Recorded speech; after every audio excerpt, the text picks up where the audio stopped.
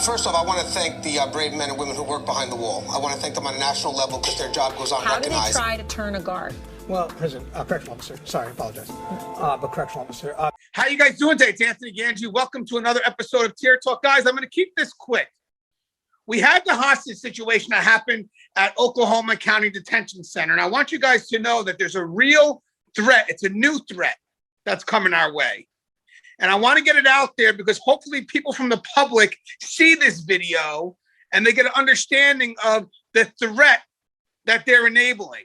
So basically, you know, a lot of correctional facilities, we have policies in place that are supposed to protect us from being taken hostage. That means if an inmate decides to take us hostage, they can't demand anything because at that point, we're not going to negotiate.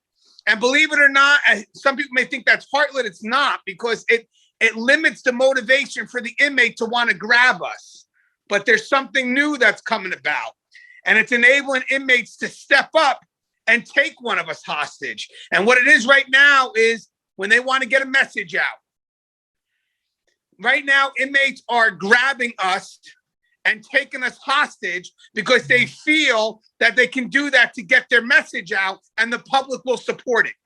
How scary is that? Here we are, we have policies in play that can stop the motivation by saying, hey guys, we don't demand and we don't negotiate.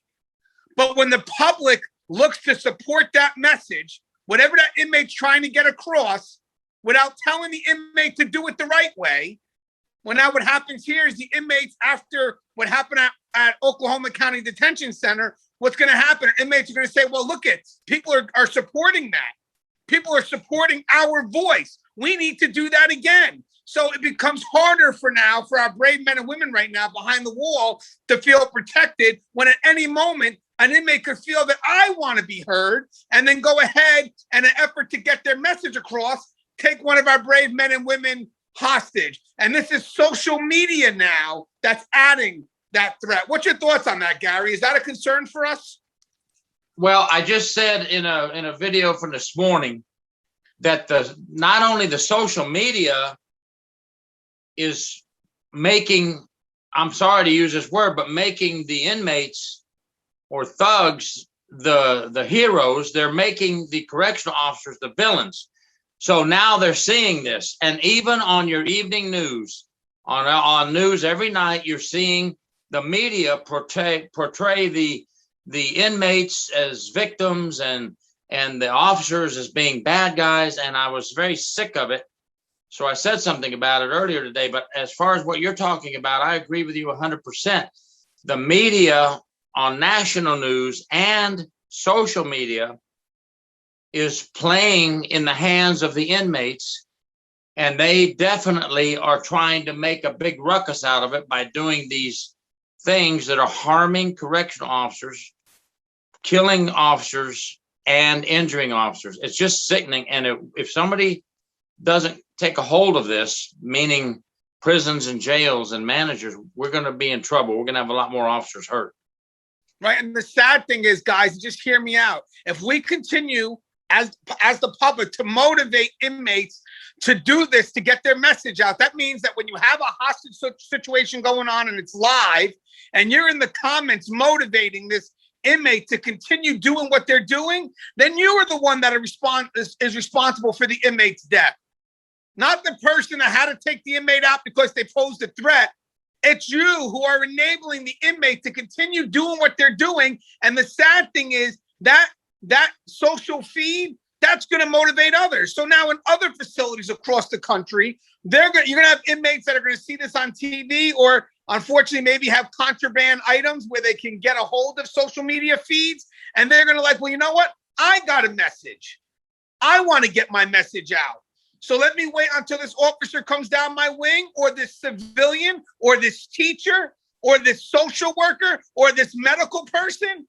And I'm going to go ahead and I'm going to take her hostage so I can get my voice out there. Guys, the threat used to be, and how we handled this, the numbers, is basically you can't negotiate when you take a hostage. And that protected us for a very long time because we are seriously outnumbered. The greatest concern we have right now are those that are going to look to grab a hostage to get a message out there because they feel the public will want to hear it, because they feel that the public's going to encourage that, it's going to justify that. Guys, that is a very, very dangerous course we're on. So please, all I'm asking is get the word out that this isn't the right way to do it. If the inmate has a message they want to get out there because they feel that something is wrong, this is not the route to go. In the end, you wind up, God forbid something happens to our hostages, but in the end, the person that has the message gets taken out. Where's the resolution in that? Where's the positive end to that? You know, that's not what we want in corrections. It's not. But in the end, guys, we cannot do this. We cannot reinforce inmates to try to think that they can get this message out by taking any one of us hostage, which includes not just COs, but also the brave men and women who are work on site to help rehabilitate.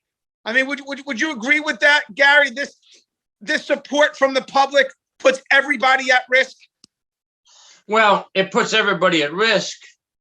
And for the people out there that are clapping for these inmates, and then on the other hand saying, we want you to give us rehabilitation, we want you to give us more programs, what the heck are you saying? You want us to help the inmates make themselves better and get out of prison and not come back. You want more programs to help the inmates, but yet you're egging them on, cheering them on to grab a correction officer or prison staff to get your message across. You are endangering everyone, including the inmate. You think you're cheering the inmate on. You're not only placing everybody in danger, but you're placing the inmate himself in danger. And I have another thing I'd like to add to that. If anybody dies in one of these situations and you're on social media, say one of these inmate contraband phones, TikTok, egging them on to do this, then I would hope that we can investigate and get you in front of the state attorney to explain yourself. Wow, that's powerful.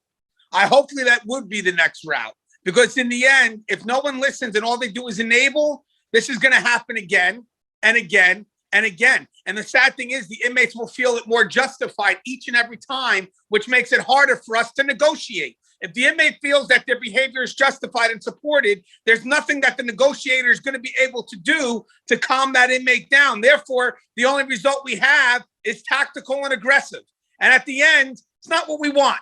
We want peaceful solutions. But right now, guys, the support that's being provided to the other side is really disheartening. And I just want to get it out there that it's a risk to everybody who risks their lives behind the wall, the custody staff, as well as those that look to rehabilitate, help the inmates out medically, mentally, whatever that concern is, guys. That support is enabling them to take any one of those brave people hostage for whatever that message may be.